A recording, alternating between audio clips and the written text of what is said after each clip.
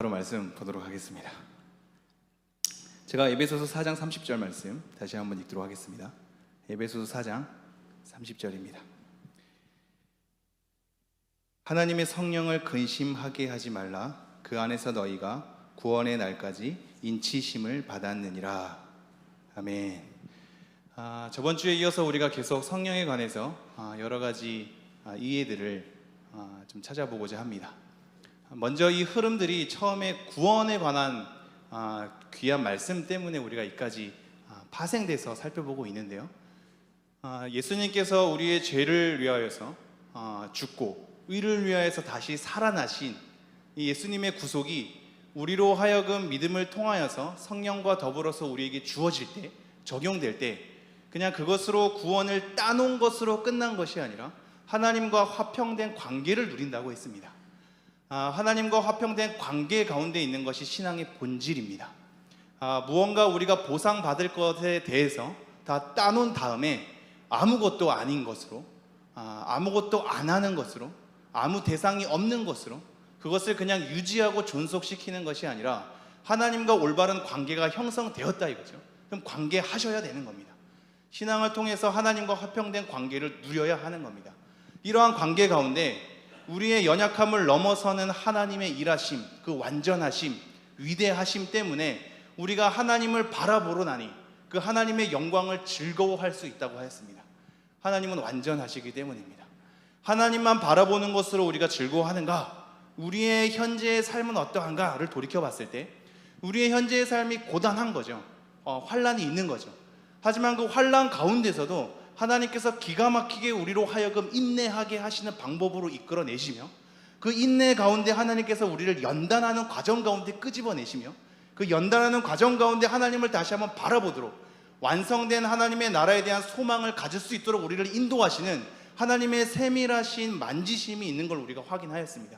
그것 때문에 우리가 지금 환난 중에 있다 할지라도 하나님 안에서 즐거워함으로 여러 진심인 과정을 겪고 나서 인내와 연단과 소망의 과정을 겪으면서 하나님의 하나님 되심 때문에 우리의 연약함을 넘어선 우리의 불완전함을 넘어선 하나님의 완성과 하나님의 신실하심 때문에 하나님을 바라보며 다시 한번 즐거워할 수 있는 신앙으로 우리가 나아간다고 하였습니다. 이러한 신앙 가운데 하나님과 화평된 관계를 누리고 그 소망으로 바라보면서 하나님에 대한 완성된 하나님의 나라를 즐거워하는 이 신앙 가운데 우리가 지금 던져지고 있는데 하나님께서 그냥 우리의 이 현실을 겪도록 던져 놓지 않았다고 했지요. 우리는 우리가 하나님 앞에 거듭남을 통하여서 하나님 앞에 재창조된 질서 가운데 놓이게 되는 하나님의 목적은 우리로 하여금 선한 일을 하게 하심이라고 말씀드렸습니다.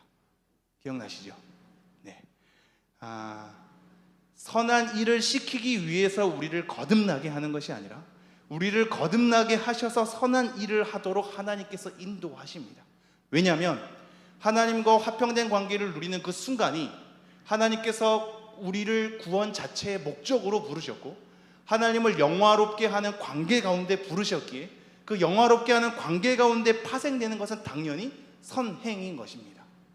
일을 시키기 위함이 아니라 거듭난 사람에게 하나님의 일을 허락하셔서 우리로 하여금 담당하게 하시고 하나님 앞에 선함을 맛보게 하시고 그 가운데 우리의 의를 드러내는 우리의 잦은 실수와 죄의 습성 때문에 우리를 무너지게 하신단 말이죠.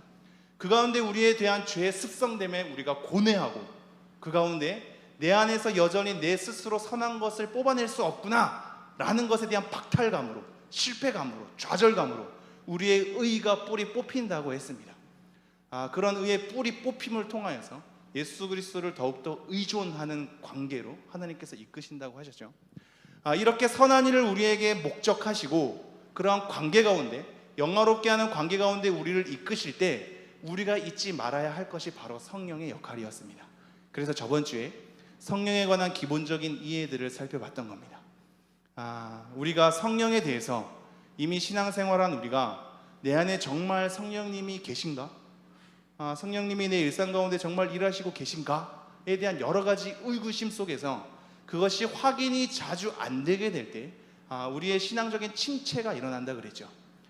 그러나 우리가 그러한 확인을 감각적인 것으로 어떠한 경험적인 것으로 성령에 대한 일하심을 부분적으로 굉장히 편협하게 이해해서 어떠한 은사나 능력을 부여해 주거나 기적과 놀라운 일을 일으키는 것으로만 우리가 매몰되어 있으니 여전히 일하시는 하나님의 활동에 대해서 우리가 간과하게 된다고 했습니다. 그러니 내 삶에서 하나님께서 일하시지 않는 것만 같고 내 안에 성령이 역사하시지 않는 것만 같은 우리의 느낌 때문에, 우리의 생각 때문에 여전히 하나님은 멀게만 느껴질 뿐더러 우리의 신앙도 점점 침체되는 상황에 놓인다고 하였죠. 그래서 우리가 우리 안에 계신 성령을 어떻게 확인하느냐, 증명하느냐, 우리 안에 일하시는 성령을 어떻게 증명하느냐라는 것에 대한 진술은 우리 안에서 감각과 경험을 통하여서 시작하는 것이 아니라 성경의 증언을 따라서 시작해야 한다고 했습니다. 성령의 증언을 따라서 시작해 보니 우리 안에 여전히 성령의 전으로, 성령이 임하시는 거룩한 성전으로 하나님께서 역사하시겠다 하는 거죠. 여전히 우리의 죄를 깨우치는 것, 진리의 영으로 우리에게 오셔서 우리의 죄를 깨닫게 하시고 죄를 고백하게 하시고 용서받게 하시는 것, 내가 하나님을 아빠, 아버지라고 부를 수 있는 것, 내가 그리스도를 주라고 시인할 수 있는 것, 이 모든 것이 성령의 역할, 역사하심 때문이라고 했습니다.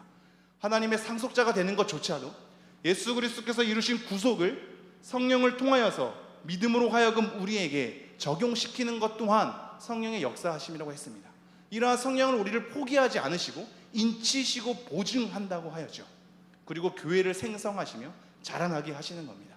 성령의 증언을 따라가 보노라니 성령께서 일하시는 것들이 우리의 삶 가운데 다 있는 겁니다. 그 성령의 일하심을 확인하면서 내 안에 감각과 경험으로 성령이 계심을 증명할 수 없다 할지라도 성경의 증언을 통하여서 성령의 일하심을 확인해 보니 내 안에 여전히 그러한 일하심이 있구나를 통하여서 우리 안에 계신 성령님에 대한 찬미가 이루어질 수 있는 겁니다. 우리 고린도전서 말씀 살펴볼까요? 고린도전서 3장입니다. 자막이 준비되어 있을 텐데요.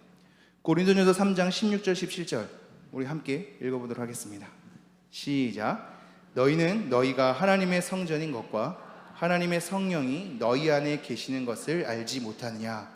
누구든지 하나님의 성전을 더럽히면 하나님이 그 사람을 멸하시리라. 하나님의 성전은 거룩하니 너희도 그러하니라. 제가 다시 한번 읽어드리겠습니다.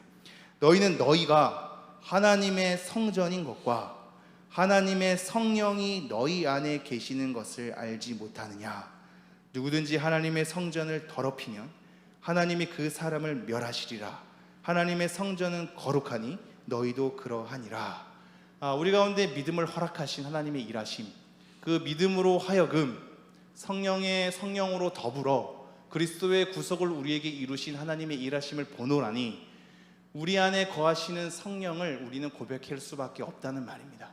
우리를 성령의 전으로 삼으신 것이요. 비슷한 말이 고린도전서 6장에 나와 있습니다. 고린도전서 6장 19절 20절 함께 읽겠습니다. 시작. 너희 몸은 너희가 하나님께로부터 받은 바 너희 가운데 계신 성령의 전인 줄을 알지 못하느냐. 너희는 너희 자신의 것이 아니라 값으로 산 것이 되었으니 그런즉 너희 몸으로 하나님께 영광을 돌리라. 제가 다시 한번 읽어드리죠. 너희 몸은 너희가 하나님께로부터 받은 바 너희 가운데 계신 성령의 전인 줄을 알지 못하느냐. 너희는 너희 자신의 것이 아니라 값으로 산 것이 되었으니 그런즉 너희 몸으로 하나님께 영광을 돌리라. 여러분, 이제 우리는 새 사람이 되어서 우리에 대한 삶의 주체가 바뀌었습니다.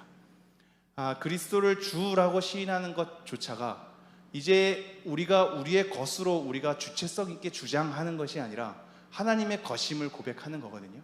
그러니 하나님에 대한 일하심을 내 개인이 주체가 되어서 자꾸 확인하려는 습성을 버리셔야 합니다. 나라는 주체가, 나라는 주인됨 의식을 가지고 하나님의 일하심이 과연 타당한가, 맞는가, 하나님의 일하심이 있는가를 나라는 주체가, 나라는 경험을 가지고 그것을 자꾸 확인하려 하니 하나님의 증언과 자꾸 빗나가게 되는 겁니다. 우리가 우리의 것이 아니라면, 하나님의 것이라면 하나님으로부터 출발해야죠. 그것이 성경의 증언을 따라가는 겁니다. 성경의 증언을 따라가니 여전히 우리는 우리의 것이 아님을, 우리 안에 성령이 임재하고 있음을, 하나님을 위해서 살아가는 삶임을 계속적으로 확인하게 되죠. 하나님이 나타나지 않는다고 원망하는 삶이 아니라 하나님의 것이기에 우리는 무조건 하나님을 위한 삶이 되어야만 합니다. 다시 한번 오늘 본문 말씀으로 돌아오겠습니다. 에베소서 4장 30절 에베소서 4장 30절 함께 읽어보도록 하겠습니다. 시작.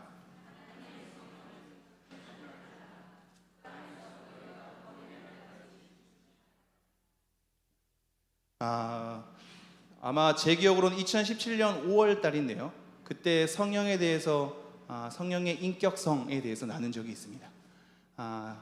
우리가 성령님을 자꾸 도구화하지 말고 우리의 어떤 신앙의 좀 더 괜찮은 진전을 위해 아니면 교회에 뭔가 더 내가 헌신하고자 하는 그 능력을 위해 어떤 은사를 위해 성령님을 자꾸 경배의 대상에서 벗어나서 우리의 신앙을 위한 보조적 수단으로 도구화하지 말자고 말씀드렸습니다. 신앙에 대해서 도구화하는 것쯤으로 성령님을 인용하거나 우리가 강구해서는 안 되겠죠. 성령님은 여전히 삼위일체 가운데 경배받아야 마땅할 분인 겁니다. 그러한 성령님에 대한 인격성을 우리가 나눴고 저번 주에는 성령님에 대한 기본적인 이해들을 성령님의 일하심에 따라 한번 살펴봤습니다. 오늘은 인격적이신 성령님이 인격적으로 사역하는 부분에 대한 강조점을 한번 살펴보도록 하겠습니다. 성령님의 존재가 인격적이신 분이신데 이 인격적이신 성령님이 인격적으로 사역한다라는 것이, 인격적으로 우리 가운데 일하신다는 것이 얼마나 우리로 하여금 귀중한 내용을 알려주는가를 살펴보도록 하겠습니다. 다시 한번 에베소서 4장 30절 제가 읽도록 하겠습니다. 하나님의 성령을 근심하게 하지 말라. 그 안에서 너희가 구원의 날까지 인치심을 받았느니라. 하나님의 성령을 근심하게 하지 말랍니다. 여기서 근심이라는 단어는 아픔, 고통, 괴로움, 슬픔입니다. 아픔, 고통, 괴로움, 슬픔. 우리 안에 계신, 이미 우리가 지금 고린도전서 3장이랑 6장을 통해서 확인하지 않았습니까? 성령의 전, 우리 안에 성령님께서 계시는데 그러한 성령님을 근심하게 하지 말랍니다. 아프게 하고 슬퍼하게 하고 괴롭게 하지 말랍니다. 여러분 어떠십니까? 오늘 하루 성령님을 기쁘시게 하셨는지요? 아니면 성령님께서 나의 삶 가운데 근심한다라는 생각을 한 번쯤은 해보셨는지요? 오늘 그 말씀을 우리에게 던지고 있습니다. 성령님을 근심하게 하지 말랍니다. 이 말씀은 생각보다도 우리가 더 많이 생각해야 할 것들이 있습니다. 첫 번째는 이거죠. 성령님을 과연 근심하게 할 수 있는가입니다. 그죠? 성령님을 과연 근심하게 할 수 있을까요?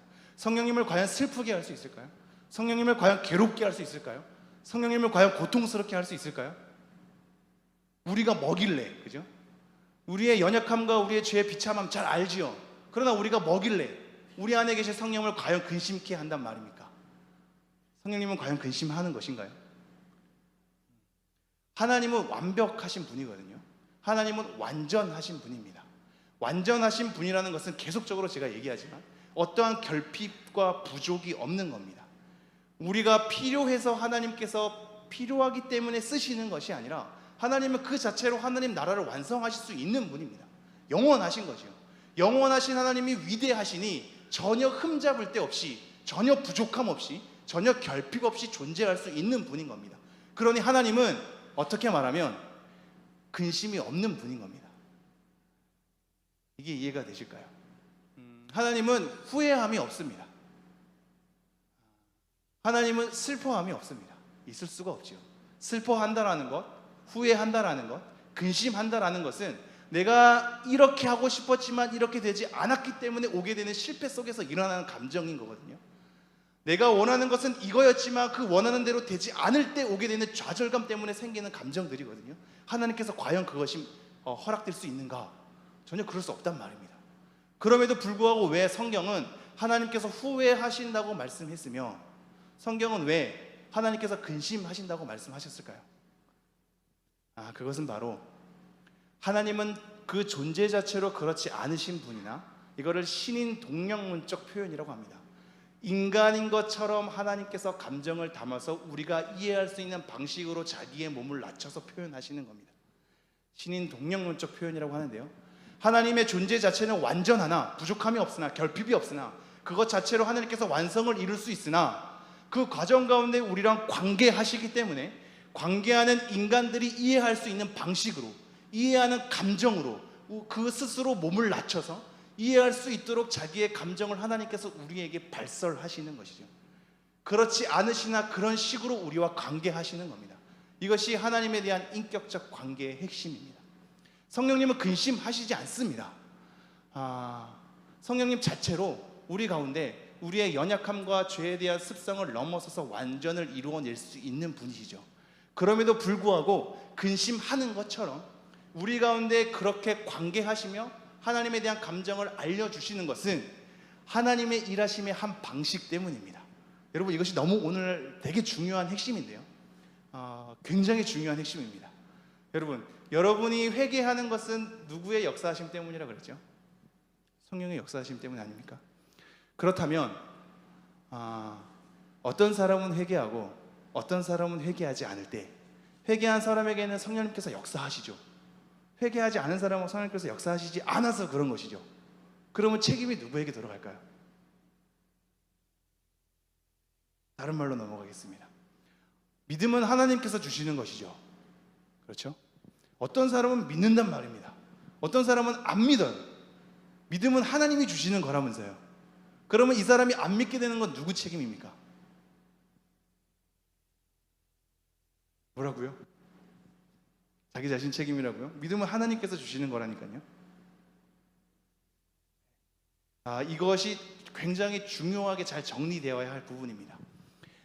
성령의 역사하심이, 하나님께서 우리에게 믿음을 허락하시는 방식이, 하나님께서 하나님 자체로 하나님을 드러내시면서 하나님의 일을 이루어 가시는 방식이 우리의 동의, 우리의 지적이고 감정이고 의지적인 이 인격적인, 이게 이제 영혼의 그 요소거든요. 지정의가 우리의 영혼의 요소인 지정의에 여러 가지 교류와 관계를 하지 않고 일방적이고 기계적으로 하나님께서 강요하면서 우리에게 부어주시는 것이 아니기 때문입니다.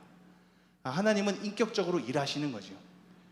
그래서 성경에서 이렇게 얘기하는 겁니다. 주 예수를 믿으라. 그리하면 너와 네 집이 구원을 얻으리라. 회개하라. 하나님의 나라가 가까웠느니라. 회개하라고 우리에게 독촉하고 있죠. 믿으라고 우리에게 독촉하고 있거든요. 이것은 왜 그렇습니까? 우리에게 믿음에 대한, 회개에 대한 결정권이 우리 가운데 있기 때문인가요? 믿음과 회개는 하나님께서 성령으로 하여금 우리에게 일으키시는 하나님의 역사가 분명한데, 그 하나님의 역사는 우리에 대한 지적 이해 없이, 우리에 대한 감정적 동의 없이, 우리에 대한 의지적인 결합 없이 하나님께서 그냥 기계적으로 부여하시는 것이 아니란 말입니다. 그래서 우리가 결단하는 방식으로, 우리가 감정적으로 동의하는 방식으로 지적인 이해를 하나님께서 필요로 하시면서 너가 뭔가 결단하는 것처럼 믿으라, 회개하라 라고 우리에게 던져지는 겁니다. 그러나 그렇게 회개되는 방식은, 그렇게 믿어지는 방식은 이러한 회개하라, 믿으라 라는 결단에 대한 촉구에 대한 말씀의 증언을 통하여서 우리 가운데 들어와서 들리게 될 때 우리 안에 계신 성령님으로 하여금 내가 가진 여러 가지 지적 이해와 감정적인 동의와 의지를 가지고 한꺼번에 탁 던져서 나오는 겁니다. 이게 너무 중요한데요. 이런 식으로 이해하시면 좋습니다. 제가 구원에 대한 설명을 할 때 하나님께서 계획하신 것, 예수 그리스도께서 구속을 이루신 것, 이것이 우리 안에 성령으로 역사하실 때 누군가의 말씀의 증언이 필요하죠. 말씀이 들리고 이 들려짐이 우리 안에 성령의 역사하심 때문이고, 들림을 통하여서 내가 죄를 각성함도 성령의 역사하심이고, 죄를 각성함으로 내가 죄를 내 스스로 고백하게 되죠. 내 스스로 믿음이 들어왔음을, 믿어짐을 인식함으로 고백하게 되죠. 그래, 나 하나님 믿어 라는 이 믿음이 부여받은 바 동시에 하나님께서 그리스도가 이루신 구속의 사역을 우리에게 적용시킴으로 의롭다고 여기시고, 의롭다고 여기신 그에게 하나님께서 성화의 길을 펼쳐주거든요. 이런 식의 설명이 논리적으로 구성되다 보니 1단계, 2단계, 3단계, 4단계, 5단계, 6단계식으로 밟아가는 계단처럼 우리가 이해를 한 겁니다. 그렇지 않고 어떻게 던져지냐면요, 실제적인 신앙생활 가운데 한 방으로 던져지는 겁니다. 주여, 표현할 어느 정도 능력이 부족하네요. 한 방으로 던져지는 겁니다. 하나님의 계획하심과 예수님의 구속하심이 성령님의 역사하심과 더불어서 회개하게 하고 회심하게 하고 고백하게 하고 칭의를 얻게 하고 성화의 과정으로 펼쳐지는 이것이 시간적으로 흘러가는 것이 아니라 한 방에 우리에게 허락되는 겁니다. 그러니 우리는 내가 믿는 것처럼 결단하는 것 같지요. 그러나 그러한 결단이 이루어지기까지는 하나님의 세밀하신 일하심이 있는 겁니다. 이러한 일하심이 우리에게 인격적으로 다가오니 일방적으로 누군가에게 심어지는 방식으로 기계적으로 부여한 방식으로 우리에게 오지 않으니 성령의 일하심이 제각각 그 사람의 기질과 성향에 따라 다르게 나타나는 겁니다. 여러분, 성령의 일하심이 우리의 동의 없이 우리의 인격적인 교류 없이 일어난다면 모든 사람이 똑같은 선행과 똑같은 하나님의 일하심 속에 경험되어야 되지 않겠습니까? 왜 저 사람은 하나님의 일하심을 경험하고 왜 저 사람은 성령님의 나타나심이 있고 왜 나는 없느냐? 이렇게 자꾸 저 사람과 나와의 차이, 이 사람과 나와의 다름이 자꾸 부각이 되다 보니 저 사람은 하나님께 어떻게 엎드렸지? 나는 하나님께 어떻게 했지? 내가 뭔가 죄를 지어서 그런 거 아닐까? 저 사람은 뭔가 하나님 앞에 좋은 것을 했기 때문이 아닐까?로 자꾸 우리가 원인과 결과를 삼으려는 습성이 우리 가운데 생기는 겁니다. 여러분, 그렇지 않습니다. 누군가는 했기 때문에 누군가는 안 했기 때문에가 원인이 아니라 성령의 일하심이 먼저라니까요. 그런데 그런 성령의 일하심이 먼저라면 모든 사람이 동일하게 나타나야 하나 왜 동일하지 않고 차이가 드러나냐면 성령님은 개개인에 맞게 인격적으로 교제하시기 때문입니다. 그 사람에게 맞게, 그 사람의 지식과 그 사람의 감정과 그 사람의 의지가 그 사람의 상태에 맞게, 그 사람의 존재에 맞게 개별적으로 하나님께서 각양 은사를 통하여서 교회됨을 이루어서 다양한 모습으로 하나님께 모두가 영광 돌릴 수 있도록 차근차근히 그 사람의 의를 뿌리뽑는 과정을 통하여서 한 명 한 명씩 하나님의 방식으로 인도하는 겁니다. 그러므로 성령을 근심하게 하지 말라는 것은 성령님의 인격적 일하심 가운데 놓여있는 말씀입니다. 근심하지 않으나, 그 존재 자체로는 근심하지 않으나 우리와 인격적으로 만나주시고 인격적으로 교류하여 주시기 때문에, 그리고 인격적인 관계 가운데 하나님께서 만져가시기 때문에 그 가운데 인격적으로 누리는 성령에 대해서 근심하는 것처럼 우리가 인식하게 되고 그것에 통한 하나님의 감정을 읽어내면서 우리가 제대로 서야 하겠다는 각성이 일어나는 것입니다. 다시 한번 에베소서 4장 30절 말씀 우리 천천히 한번 읽어보도록 하겠습니다. 시작. 하나님의 성령을 근심하게 하지 말. 그 안에서 너희가 구원의 날까지 인치심을 받았느니라. 데살로니가전서 1장 6절 볼까요? 데살로니가전서 1장 6절.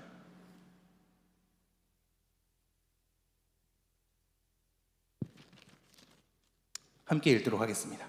시작. 또 너희는 많은 환난 가운데서 성령의 기쁨으로 말씀을 받아 우리와 주를 본받는 자가 되었으니, 성령의 기쁨으로 합니다. 하나님께서, 성령님께서 인격적인 분이시기에 인격적인 존재 자체인 성령이 인격적으로 우리 가운데 일하셔서 다양한 감정으로 하여금 우리가 경험하게 하시거든요. 인식하게 하시는 거죠. 성령의 기쁨이 있습니다. 또 다른 말은 이렇게 나와요. 사도행전 13장 52절입니다. 아마 자막이 준비되어 있을 텐데요. 함께 읽겠습니다. 시작. 제자들은 기쁨과 성령이 충만하니라. 기쁨과 성령이 연이어져 나오고 있죠. 우리 스바냐서 볼까요? 스바냐 3장 17절. 제가 읽겠습니다. 너희 하나님 여호와가 너희 가운데에 계시니 그는 구원을 베푸실 전능자이시라. 그가 너로 말미암아 기쁨을 이기지 못하시며 너를 잠잠히 사랑하시며 너로 말미암아 즐거이 부르며 기뻐하시리라 하리라. 여러분, 우리의 신앙에 기쁨이 없어질 때마다 이 말씀 확인하셔야 합니다. 왜 항상 성령을 근심하게 하시고 본인조차도 근심의 신앙으로 가시나요? 마땅히 우리에 대한 현실을 바라보면서 나에 대한 상태를 직시하면서 회개할 것에 대한 회개를 통하여 근심해야 하겠지요. 이 근심은 회개를 이루게 하는 근심이 되겠지요. 그러나 하나님께서 우리 안에 기쁨으로 일하시는 사역들이 분명히 또한 있거든요. 아까 제자들이 기쁨과 성령의 충만함이 같이 연이어지지 않습니까? 성령의 기쁨이 있는 거거든요. 우리 안에 내주하신 성령의 일하심이 우리로 하여금 기뻐하는 신앙으로 만들어내는 부분이 분명하게 있는 겁니다. 물론 스바냐는 구약이지만 하나님께서 너희 가운데 계시니 라는 것은 이미 성령이 우리 가운데 계시는 것과 더불어 동일한 사역적 형태인 겁니다. 너로 하여금 기쁨을 이기지 못하며 라는 것이 하나님에 대한 감정선이거든요. 우리 안에 계신 성령님이 우리로 하여금 기뻐하길 원하시는 겁니다. 그러나 여러분의 삶이 어떠신지요? 과연 하나님, 우리 안에 계신 성령님을 기쁘시게 하는 쪽으로 여러분이 생각을 많이 하시는지요? 오늘 본문 말씀은 우리에게 그것을 던져주고 있습니다. 너가 너 안에 계신 성령님으로 하여금 기뻐하는 관계 가운데 새 사람으로서의 삶을 부여받았는데 도대체 지금 성령을 근심하게 하는 것은 아니냐라는 것으로 우리에게 던져주고 있습니다. 다시 한번 본문 말씀으로 돌아올게요. 본문 말씀 4장 30절인데요 이 말씀을 위아래로 좀 더 폭넓게 보겠습니다. 4장 22절 제가 쭉 읽겠습니다. 22절부터 32절까지 쭉 읽겠습니다. 너희는 유혹의 욕심을 따라 썩어져가는 구습을 따르는 옛 사람을 벗어버리고 오직 너희의 심령이 새롭게 되어 하나님을 따라 의와 진리의 거룩함으로 지으심을 받은 새 사람을 입으라. 옛 사람을 벗어버리고 새 사람을 입으라는 이 말씀이 던져지고 난 다음에 이 말씀들이 이어지거든요. 25절 그런즉 거짓을 버리고 각각 그 이웃과 더불어 참된 것을 말하라. 이는 우리가 서로 지체가 됨이라. 거짓을 버리고 참된 것을 말하라고 하죠. 그 다음에 나온 말이 이겁니다. 26절 분을 내어도 죄를 짓지 말며 해가 지도록 분을 품지 말고 마귀에게 틈을 주지 말라. 누구에게 틈을 주지 말라고요? 마귀에게 틈을 주지 말라. 이거 잠깐 기억해 두시겠어요? 28절 도둑질하는 자는 다시 도둑질하지 말고 돌이켜 가난한 자에게 구제할 수 있도록 자기 손으로 수고하여 선한 일을 하라. 무릇 더러운 말은 너희 입 밖에도 내지 말고 오직 덕을 세우는 데 소용되는 대로 선한 말을 하여 듣는 자들에게 은혜를 끼치게 하라. 그리고 30절 하나님의 성령을 근심하게 하지 말라. 그 안에서 너희가 구원의 날까지 인치심을 받았느니라. 너희는 모든 악독과 노함과 분냄과 떠드는 것과 비방하는 것을 모든 악의와 함께 버리고 서로 친절하게 하며 불쌍히 여기며 서로 용서하기를 하나님이 그리스도 안에서 너희를 용서하심과 같이 하라. 32절 초반전에 서로 뭐 하라고요? 친절하라고요. 친절한 것도 새 사람으로서 요구되는 삶의 덕목인 겁니다. 그리스도인이 실력이 있고 부유하고 열심히 있는데 불친절하면 그거 안 좋은 겁니다. 제가 특별히 강조하는 의미가 있는 겁니다. 왜냐하면 우리 일상 가운데 가장 잘 노출되는 게 상대방에게 하는 친절인 거거든요. 지금 이 흐름이 뭘 얘기하고 있나요? 성령을 근심하게 하지 말라라는 대조꼴로 마귀에게 틈을 주지 말라라는 꼴이 있습니다. 우리의 일상을 살아갈 때 새 사람으로서의 우리의 일상이 부여받은 바 될 때 두 꼴이 있는 겁니다. 마귀에게 틈을 주지 말라, 성령을 근심하게 하지 말라. 이 두 가지 꼴이 있는 거죠. 이 두 가지 꼴은 일반적인 윤리 가운데 찾을 수 없는 꼴입니다. 일반적인 윤리 가운데 거짓말하지 말라, 도둑질하지 말라, 친절하라 다 있지요, 그죠? 다 기독교가 아닌 윤리 속에도 발견할 수 있는 이 덕목을 우리에게 굳이 새 사람과 더불어서 끌어오면서 두 가지 축으로 우리에게 던져주고 있는 겁니다. 마귀에게 틈을 주지 말라, 성령을 근심하게 하지 말라.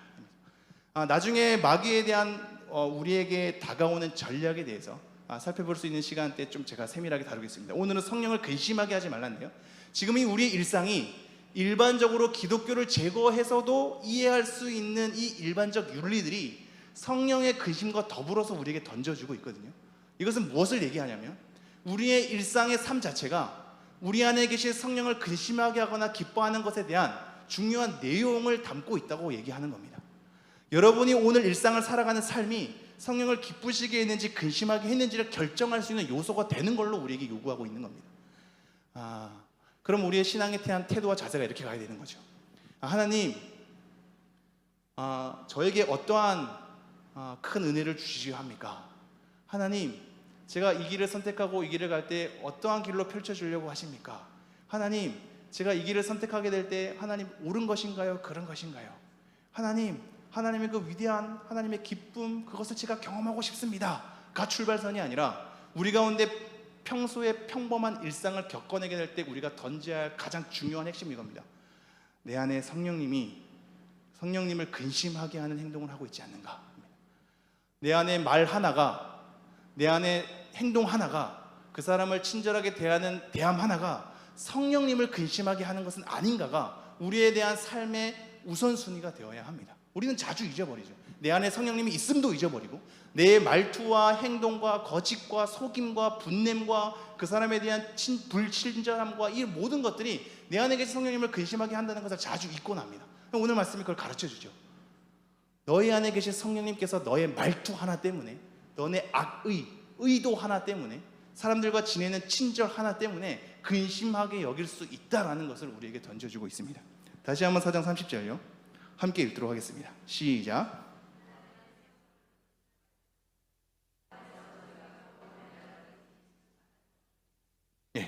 이러한 말씀을 지금 이해하고 제가 이 말씀을 좀 더불어서 여러분에게 설명하는 게 좋을 것 같아서요, 데살로니가전서 5장 19절로 넘어가겠습니다. 데살로니가전서 5장 19절. 19절, 20절, 21절, 22절 성경 펴신 분들은 그렇게 다 함께 읽어보도록 하겠습니다. 흐름 파악을 위해서요. 함께 읽겠습니다. 시작.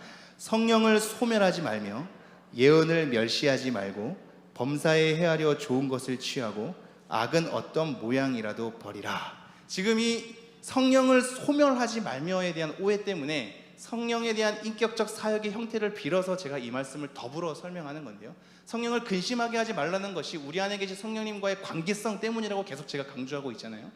성령님께서 우리를 인격적으로 지금 사역하는 형태 가운데 있기 때문에 근심하지 않는 존재이나 근심하는 것으로 우리에게 교제하고 있거든요. 그러니 성령님께서 우리에게 요구하는 겁니다. 너 안에 계신 이 성령님을 근심하게 하지 말라라는 것을 우리에게 촉구하고 있죠. 이것은 성령님의 인격적 형태 때문에 그런데요, 이 꼴을 가져오고 이 말씀을 이해해야 합니다. 다시 한번요. 19절. 성령을 소멸하지 말며, 이 소멸이라는 것은 끄다라는 것이 될 수 있습니다. 불을 끄다라고 할 때 끄다라는 것이 될 수 있고요, 일타라는 것도 될 수 있습니다. 일타라는 거, 금지하는 거, 억제하는 거, 방해하는 거, 억압하는 거, 이 모든 것이 될 수 있는데요, 이 말씀을 우리가 성령의 인격적 일하심으로 이해를 하지 않으니 성령님을 떠나가는 것으로 자꾸 오해를 하거든요. 우리 안에 계신 성령님이 과연 떠나갈까요? 그렇지 않습니다, 여러분. 그렇지 않습니다. 성령님께서 우리를 인치신다라는 것, 우리를 보증한다라는 것, 하나님의 상속자가 되도록 보증하셨다라는 것은 하나님께서 우리 안에 계신 성령님으로 하여금 우리를 절대 놓지 않으신다는 뜻이거든요. 우리의 어떠한 넘어짐에도 불구하고, 우리의 어떤 죄악에 대한 사슬에도 불구하고, 죄의 습성에 넘어지는 형태에도 불구하고, 우리의 연속적인 잘못에도 불구하고 우리 안에 계신 성령님을 절대 떠나가지 않습니다. 절대 떠나가지 않아요. 우리 안에 계신 성령님이 우리에 대한 잘못으로 떠나간다면 여전히 구원은 우리가 원인이 되는 겁니다. 우리가 잘해야 성령이 우리 안에 계속적으로 남아있고, 우리가 잘못하면 떠나가는, 그러므로 우리는 열심히 잘해야 하는 것으로, 잘해야 성령이 존속되는 것으로 자꾸 탈바꿈되는 거죠. 그렇지 않음을 얘기하고 있습니다. 성령을 소멸하지 말라는 것은 성령에 대한 존재 자체가 아니라 성령에 대한 사역의 형태인 겁니다. 성령을 근심하게 하지 말라는 것이 인격적인 관계 때문에 나오게 되는 말씀인 것처럼, 성령을 소멸하지 말라는 것은 성령에 대한 일하심과 관련되어 있는 겁니다. 우리 안에 계신 성령의 일하심, 그것이 말씀으로 진리로 인도하는 거든, 아니면 하나님 앞에 말씀을 깨우치는 거든, 아니면 성령의 열매를 맺는 것이든, 교회에 대한 자라남이 있는 것이든, 우리 안에 여러 가지 성령의 사역이 계속적으로 펼쳐지고 있거든요. 그러나 이러한 펼쳐짐이 어떻게 된다 그랬죠? 우리 가운데 일방적으로 쏟아지지 않고 기계적으로 성령님이 그렇게 해내버리는 것이 아니라 우리 가운데 인격적 교제를 통하여서 내 개인에 맞게 만들어 가신다고요. 그러므로 우리 개개인에 맞게 만들어 가시기 때문에 성령님의 일하심을 너에 대한 지식과 감정과 의지가 성령님의 인격적인 관계를 통하여서 자꾸 억압하거나 금지하거나 하나님의 일하심을 누르거나 잘못되도록 너가 그렇게 하지 말라라는 형태인 겁니다.